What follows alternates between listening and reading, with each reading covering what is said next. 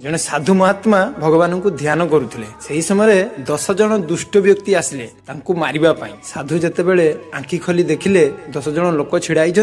मारिबा तबे सेमाने जतले प्रहार करने को आसुले साधु कहले टिके समय मत 2 मिनिट समय दिंतु मुझे मो प्रभु को भक्ति भाव में अर्चना करे। तबे 2 मिनिट समय ले साधु जनक भगवान को कहले प्रभु आज पर्यंत मो जीवन में गोटे पिंपुड़ी भी मारी ना तबे 10 जन मते कौन पाई मारिबा को चाहते भगवान कहले ए जन्म तुम्हें गोटे पिंपुड़ी भी मारिन किंतु पूर्व जन्म तुमे 10 जन जीव को हत्या करिथिल ताहार परिणाम तुमको 10 थर जन्म लेबाकू पड़िबो एवं 10 थर मृत्युवरण करबाकू पड़िबो। ताठू सहज उपाय होची ए 10 जन तुमको एका थरे मारी देबे तुमे मो भक्ति रे लीन होई जाओ एवं सेमाने तुमको जतले प्रहार करिवे तुमको आघात हेबो नाही तुमे मुक्ति भी पाई जिवो एवं तुमरो पूर्व जन्मर कर्मर फल भी समाप्त होई जिवो। एही कहानी रु कोन सिखिबाकू पाइले एही कहानी रु सिखिबाकू पाइले आमे आमर कर्म आम पछ केबे छाड़ी न थाए जेमिति 100 गाई मध्यरे बाछुरी ता माँ को खोजी नहीं थाए ठीक सेमिति कर्मर पाप फल कर्म को 100 जनक भितर भी खोजी नहीं पारि थाए। मुक्ति केवल